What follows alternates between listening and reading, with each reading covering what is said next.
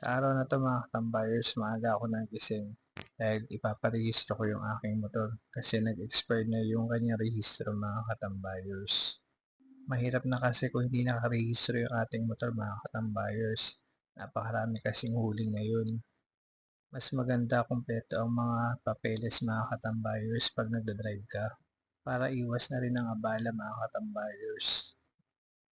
Para kung mahuli ka man mga katambayers, meron kang maipapakitang mga papeles. Eh, nakita niyo mga katambayers yung dinaanan ko, tiyanggian na naman ulit dahil Monday ngayon mga katambayers. Tapos kung mapapansin niyo mga katambayers, bukid tapos bahay mga katambayers. Dati konti na ang kabahayan din mga katambayers. So yun na nga mga katambayers, nasa highway na ako. Pinas-forward ko na kasi mga katambayers kasi napakahaba kung lahat ilalagay ko mga katambayers. At sa part na to mga tambayers, ayan na heavy traffic na mga tambayers. Mainam kung naka-single ka mga tambayers para makalusot-lusot ka. Kung pumapasok ka sa trabaho mga tambayers, kailangan mas maagang-maaga ka. Kasi pag hindi ka maaga mga tambayers, ganyan ang mangyayari. Heavy traffic mga tambayers. Sobrang haba niyan mga tambayers, yung traffic na yan. Dahil kasi sa bungad yan mga tambayers may ginagawa. Kailangan may mahabang pasensya ka mga tambayers na baon kasi may alternative way naman diyan mga katambayers, kaso mapapalayo ka kung doon ka naman magdadaan mga katambayers. Pero kung doon naman ang way mo, pwede naman mga katambayers. Yan makikita niyo mga katambayers, hindi na magkamayo yung mga sasakyan mga katambayers.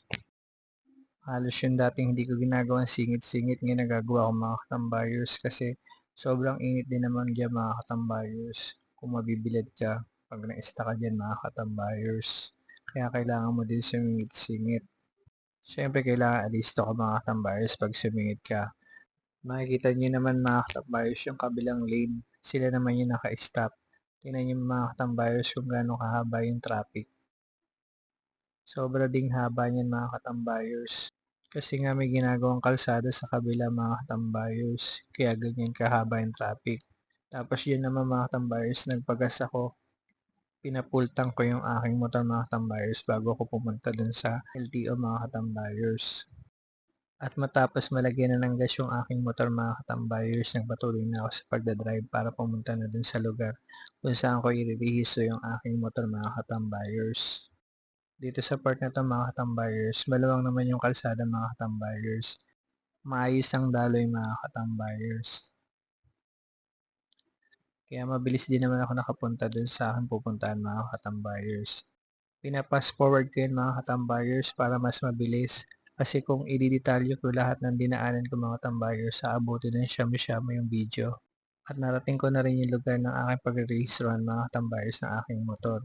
Tapos yun mga katambayers, pumasok na ako.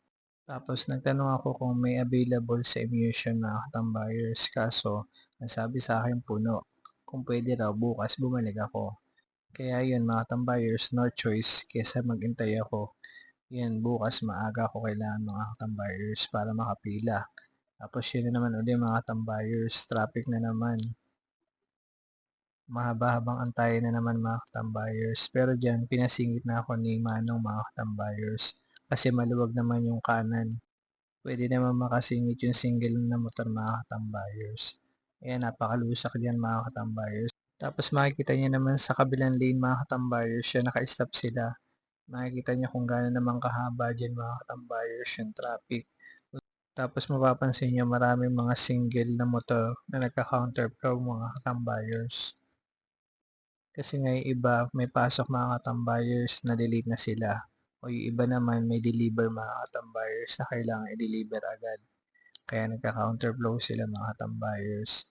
Tingnan niyo mga katambayers, mula sa tuktok ng tulay mga katambayers yung traffic hanggang dyan sa baba mga katambayers. At yun nga mga katambayers, nakalusot na ako sa traffic. Bali yan mga katambayers, fast forward na, malapit na ako makauwi sa amin mga katambayers. Hanggang dito na lang muna ulit ang aking vlog mga katambayers. Maraming salamat sa panonood. Bye bye!